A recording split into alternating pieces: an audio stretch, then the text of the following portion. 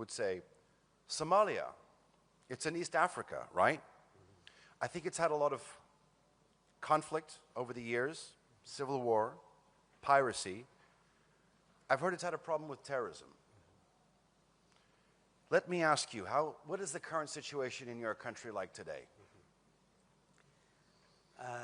Thank you, Ali.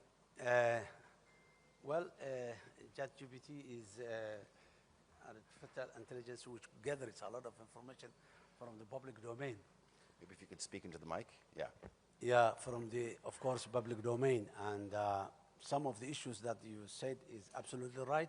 We do not deny that Somalia has been in a very difficult situation for decades now. In 1990, the Somali state collapsed, and then we've been in 10 years of civil war, and then 12 years of successive transitional governments, one after the other, as a characteristic of post-conflict environment. And then in the last 12 years plus, we have a permanent government that has been working in the government, in the country, and the world has recognized it. Somalia has just went through difficult times, but now emerging from a collapsed state, failed state, into a fragile state.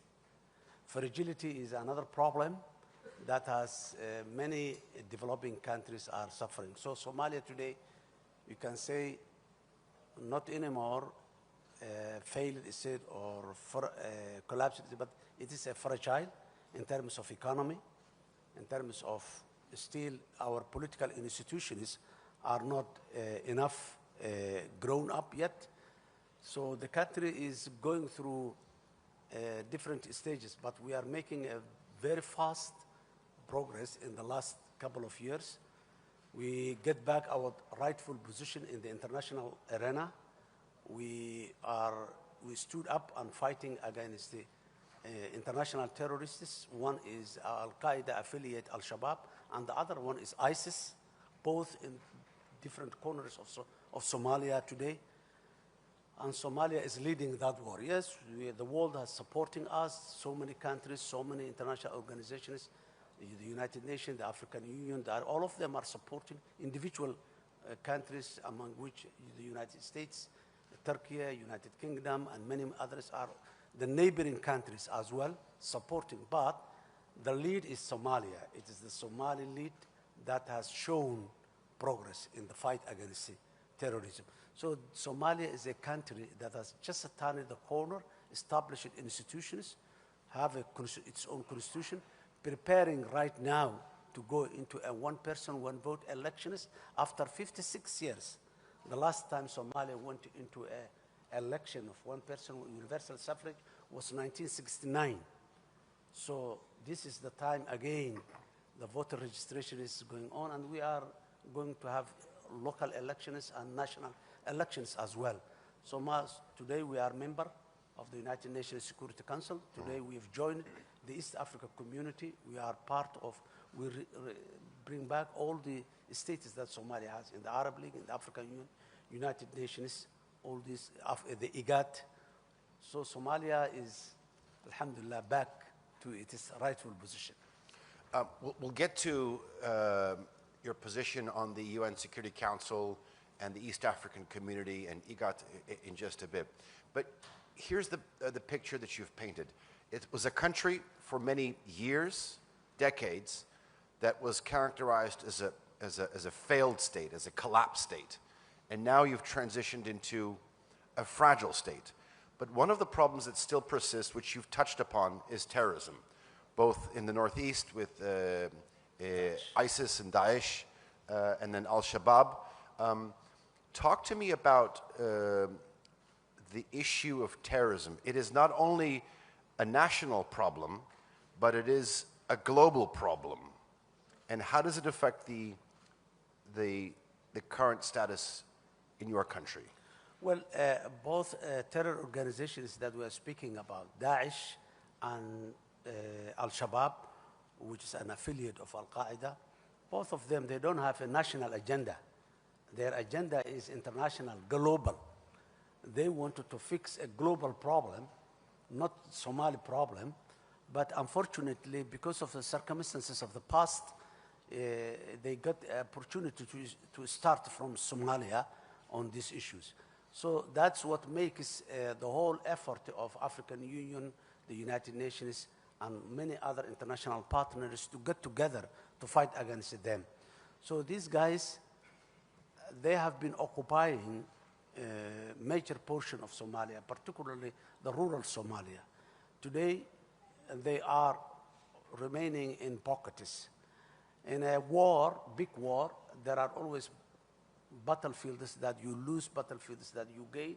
Up and downs are there, but the overall war, the Somali people, one of the success stories that we have as the Somali leadership, Somali government, is that we showed the real face of these terrorist groups to the Somali people, to the Somali nation.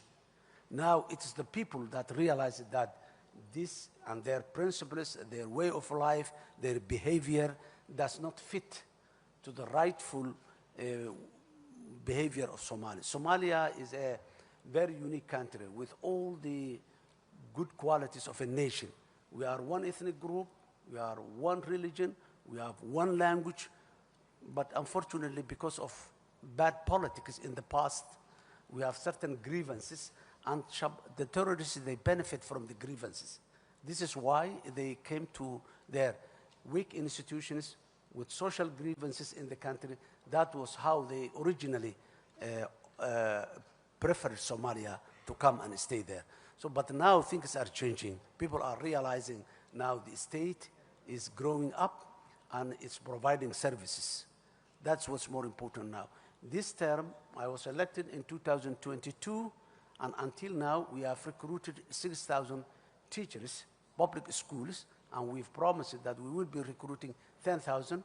We've established around 100 plus health posts all over.